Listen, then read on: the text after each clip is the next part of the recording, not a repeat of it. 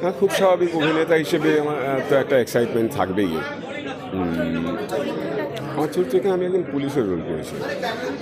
তো ট্রেলার দেখে বোঝা যায় যে এখানে একটা টেরোরিজমের ব্যাপার রয়েছে, সেটা আমাদের শহরকে কেন্দ্র করে একটা টেরোরিস্ট অ্যাটাক বা এই ধরনের একটা বিষয় রয়েছে, যেটা আমি ইলাবোরেটলি বলতে পারছি না এখন।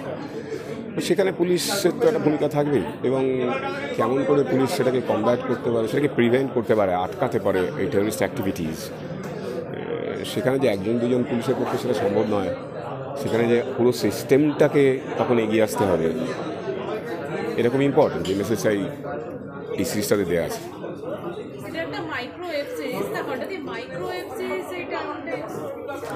আর ম্যাক্রো হিট করছে না দেখে হয়তো মানুষ এক্সপেরিমেন্ট করছে। এক্সপেরিমেন্ট করা ইজ অলওয়েজ গুড, কারণ মানুষের হাতে সেই সময়ও নেই এখন। আগে একটা 3 ঘন্টা ধরে সিনেমা চলতো, এখন মানুষ 3 ঘন্টা সিনেমা বা থিয়েটার হলে বসে দেখবে না।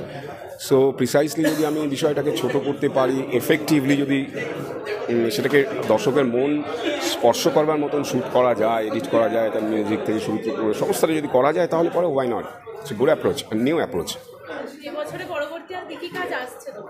কার? আমি তো টেলিভিশনে আছে আপাতত। সিনেমা তো হিন্দি রিলিজ করেছে কয়েকদিন আগে অ্যামাজন প্রাইমে, পিপ্পা। ওটা সেই 71 সালের যুদ্ধ নিয়ে আর কি।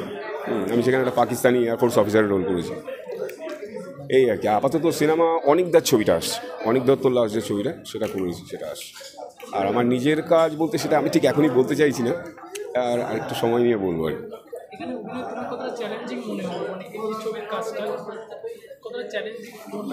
না, চ্যালেঞ্জিং মনে হয়নি আমার। 34 বছরের অভিজ্ঞতা, থিয়েটার সারা দেশ জুড়ে নাটক করা, এবং জার্মানদের সাথে 10 বছর ধরে কাজ করেছি, ওদের কাছ থেকে অভিনয় শিখেছি 90 সাল থেকে। 10 বছর টানা জার্মানদের সাথে কাজ করেছি, প্লাস প্রচুর হিন্দি ছবি করেছি। আমার কাছে এই চরিত্রগুলো আমি করেছি এর আগে। চ্যালেঞ্জিং সাধারণত অভিনেতাদের কাছে হয় যেই ধরনের চরিত্র বা যে টাইপের চরিত্র সে কখনো করেনি বা সে সমাজে দেখেনি। আমার ক্ষেত্রে চ্যালেঞ্জিং হবে কি, ধরো আমি যদি শেক্সপিয়ারের হ্যামলেট করতে যাই বা ওথেলো করতে যাই, তখন সেটা চ্যালেঞ্জ হবে। আমি হ্যামলেট দেখিনি, ওথেলো দেখিনি, কেমন করে আমি সত্যিকারে সেই শেক্সপিয়ারকে 16th সেঞ্চুরির একটা তৈরি করা ক্যারেক্টার, যেটা সারা পৃথিবী নাড়িয়ে দিয়েছে, সেটাকে করতে গেলে তখন সেটা চ্যালেঞ্জ আসে। এই ধরনের চরিত্র আমার কাছে কোনো চ্যালেঞ্জ হয়। মজা মানে আমি ফ্লোরে থাকলে মজাই বেশি হয়। শ্যুটও হয়, শ্যুট যে একেবারে হয় না তা নয়।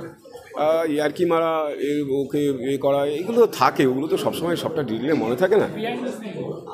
হ্যাঁ, ওরা বিটিএস যদি দেখো, ডিরেক্টরকে বলবে ওর বিটিএস দিয়ে দেবে, সেটা আমরা ওরকমভাবেই কাজটা করেছি। এখানে মানে খুব সিরিয়াস কোনো অ্যাপ্রোচ ছিল না, কারণ ডিরেক্টরও ইয়াং, প্রডিউসারও ইয়াং, ওরা প্রত্যেকে সেইভাবেই। এখানে কোনো সেই অর্থে বয়স্ক লোকই নেই পুরো টোটাল ইউনিটটাতে আর কি। ফলে সেখানে যে একটু আধটু লেগ পুলিং, অমুক তমুক স্ল্যাং ইউজ হয়নি তা নয় আর কি। দর্শক, বাংলা সিনেমার দর্শক অনেক বেশি ওপেন, অনেক নতুন ছেলেমেয়েদের কাজ দেখে।